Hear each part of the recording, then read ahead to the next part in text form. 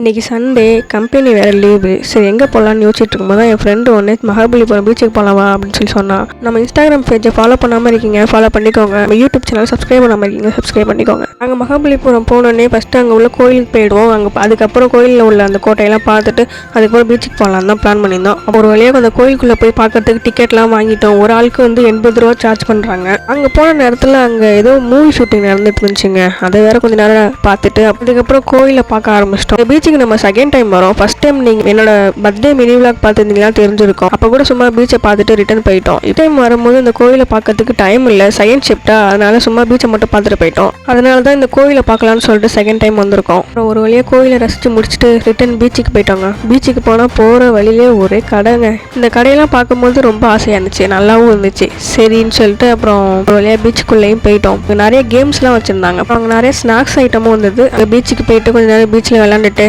அப்புறம் கொஞ்சம் ஃபோட்டோஸ் வீடியோஸ்லாம் எடுத்துட்டு அப்புறம் ரிட்டர்ன் கிளம்பிட்டோங்க. போகும்போதே அங்கே ஒரு கடையில் டிஷர்ட் வாங்கியிருந்தேன். ரேட்டு 200. நல்லா தான் இருக்குது. அப்புறம் கிளம்பிட்ட வீட்டுக்கு.